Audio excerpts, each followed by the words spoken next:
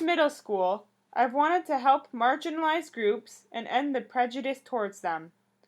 In an effort to support the minority groups in my community, I made a documentary about diversity in Mansalona, the small northern Michigan community where I went to school, for my film and new media class at the TBA ISD Career Tech Center in Traverse City.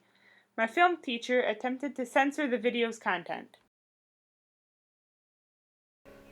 I can say that my sons have experienced prejudice, and the way that we worship is a little different than people in our community. And when they were 4 years old and on the school bus, they were accused of something that they didn't even understand, and they were accused of murdering Jesus. And they didn't even know what murdering was or who Jesus was, but they knew murdering was bad. And they came home and they were very sad, and they were very afraid that they had done something to someone, and they didn't mean to. Now, on to Kalkaska, Michigan, another small community with... Wait, what's this? I've grown up in Kalkaska, but I've never seen this many people out, not even during Trout Festival. I thought I should ask around to see what's going on. Well, I am going to tell you right from the beginning so that the record is straight on what happened. So there were some people who discovered that there's a sign over there that said something about vote Trump. And they were aware that there are laws that say election signs have to come down so many days after the election.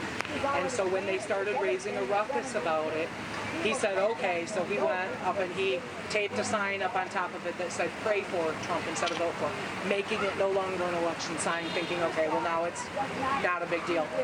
Okay, so because of the things that happened, because of the people who were seeing the reports about that sign, they started looking on his Facebook page, and they saw his post shares and they saw his commentary about people who are different, and it snowballed from there. So what happened was there was a lady not from this community who made an event, and it was this No Hate in Kalkaska demonstration. So she started this Facebook page, and people, again, not from this community, began commenting on it. There were some people from here, and it was just a big thing. Okay, so that's what the result is over here for that. And then across the way, there was there were two fellas who were, I think it's called the Founding Fathers, but anyhow, it's a podcast from Traverse City, and they put together this open carry celebration or whatever, and it was just a form of intimidation.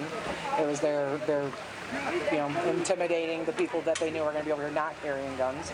And then there's a lot of people over there too who are not. They're anti-hate. They don't believe necessarily in what he said, but they're more pro-Kalkaska because they view this as being from an outsider. And so they don't want outsiders telling us what to do or what we should do or shouldn't do. So, if both sides of the street called in someone from Traverse City for help, what's the Cherry capital really like? To find out, I attend the Up North Pride Week, a week-long celebration of all things LGBT, where my colorful comrades and I will be marching down Front Street in TC. I grew up in the mid-90s, and so it was a different time. I lived in a very small town. I was raised Southern Baptist, and it was not even safe for me to entertain any thoughts of being LGBT. So I was 20 by the time when I came out. Scary. I was afraid I was going to lose all of my family and my friends, and that they were going to look at me like I am something other than human. And thankfully, it's not a story that was often told in those times, but I had the love and support of my mom and a number of my friends, and some marginal support from my father, except for when I wanted to marry this one. That was a sticking point. So when you face that fear, and that feeling, it feels so insurmountable, and when you walk through it, you will feel braver than you've ever felt before, and you will know and you will learn again and again that which you fear you can still overcome. And gather support, and you'll be really surprised at what's on the other side. I want them to feel good about themselves. I want them to love themselves. I want us to love. I mean, I'm so proud of this community today. I think that, I think we're all going to take away the fact that we are our best selves today. Well, I've been here 8 years, and I started Pride 5 years ago. So what I've seen in just the 5 years that we've been doing this, the first year we had 200 people, and here we are 5 years later with 3,000 people, and we have events that have brought. We had 2,000 people at a show that we've never done before last night. So it really seems like we have facilitated something that this community has longed for a long time. So we're just providing a form to it and providing a safe place to be all of our beautiful, diverse selves. That we have more in common with each other than we think we do, than they think we do. I think we're way more similar than we are different. Hi, I'm Manila Luzon. I live in Los Angeles. I've lived in New York City, and I'm originally from Minnesota. I'm a Midwestern girl. I came out to Traverse City for Pride. We're here to celebrate Pride and bring people together and be super gay. Well, I am really excited because in the LGBT community, I have got to witness a complete change in attitude towards drag queens and trans people. I'm seeing everyone getting a little bit more accepting. When I first came out of the closet, it was a really hard time for me, but I was able to use drag as a way to express myself. So drag helped me come out. My advice to future drag queens is just to, give it a try, be fierce, and have a gay old time. When people come to celebrate Pride, I want people to really understand that they're not alone and that there's an entire community here that's feeling similar thoughts, and that we're all kind of just a big group, all kind of like feeling the same kind of things and expressing the same kind of feelings and fighting for the same kind of things. I want people to know that you are encouraged to tip drag queens. Give us your money, girl. To further explore diversity and tolerance in Traverse City, I talked to Mayor Jim Crothers at the TC Keep Families Together protest in support of immigrants' rights. Well, today's a protest that people are coming together for, as they are all over this country, to, argue about keeping families together.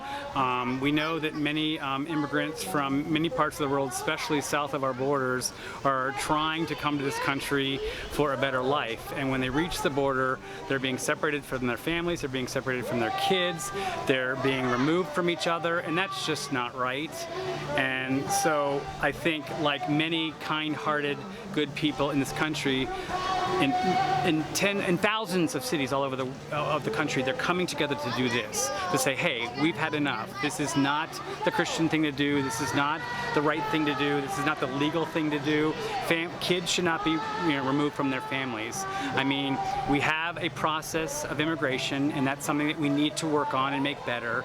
And the current administration has really woefully, destroying the process, and they're trying to tighten those issues and make it harder for people and people from other parts of the world to be here. So I think the citizens of Traverse City want to join with the citizens of the state and this country to say, hey, we do not support this kind of behavior. We want to support our friends and our allies coming in from other parts of the country, as we all did, and let's do it right and let's do it fair, and not remove children from their parents. That's going to be devastating for these kids in the future. They're going to have psychological issues because of it. You don't put 5-year-olds and 2-year-olds in prison, which is what they're doing, and taking them away from their poor families. They will have psychological effects because of that. So I'm thrilled to see all these folks here, and let's take it to the streets and show action and show the world that we care. Traverse City talked about being a sanctuary city, and I have supported that in the past, but we got a lot of backlash from people that are not supportive of those efforts. We encouraged the Human Rights Commission of Traverse City to review it, and the conversation got so ugly and mean that the Human Rights Commission did not feel comfortable, you know, talking about this issue anymore, because the meetings got rather nasty. People got physically, you know, assaulted in these meetings, and so they kind of backed off of it because people are just volunteers and people are caring people. They didn't sign up to be physically threatened, and so it's scary. So I don't know where we're at with it. I would really personally like to see some commitment from the Human Rights Commission and some other groups to come forward before we do this. So hopefully we can make it happen in the future, but as we all know, the current administration in Washington is making it very difficult for cities who do sign on to this. They're trying to take away their rights and their funding on various programs. If you should do that, it's basically bully tactics, and that's not the way this government operates, or it should operate. But we do have a person in office that's pushing his weight around and acting like he's a dictator, and that's really sad. This isn't the country that I was raised in. This isn't the country that my parents and my grandparents, you know, were raised in. And even though my family are conservatives, they don't believe in this stuff. It's just, yeah. So hopefully with more visible opportunities like this across the country, we can make change, and we can make change in November in the primary, in August in the primaries, and in November in the general election. We need to change up the system and get good people elected to office that are going to fight for the citizens and fight for our friends. So I know that we have a number of Christian groups, you know, through our our fellowship in the region that are offering support for immigrants. We have several immigrant areas from around the country that come here and are supported by the churches. We have a good faith-based community that's helping it. I think Traverse City is amenable to it. I think we want to be welcoming and open, so anything that we can do, I think we need to start talking about it and brainstorming about, you know, how do we make it happen. Because unfortunately, a lot of this all comes down to money, and it comes down to who's going to pay for it all. And I mean, we could all be reasonable, but frustratingly so, the issues of Traverse City with roads and sidewalks and all the other infrastructure that we need to fix, a lot of our funds are tied up. So, but we could make things happen through our volunteer groups and get fundraisers going and try to work that out. So hopefully we can make something happen in the near future. But in the meantime, as I said, just keep speaking out, supporting our brothers and sisters coming from other parts of the country and the world, and we'll make change.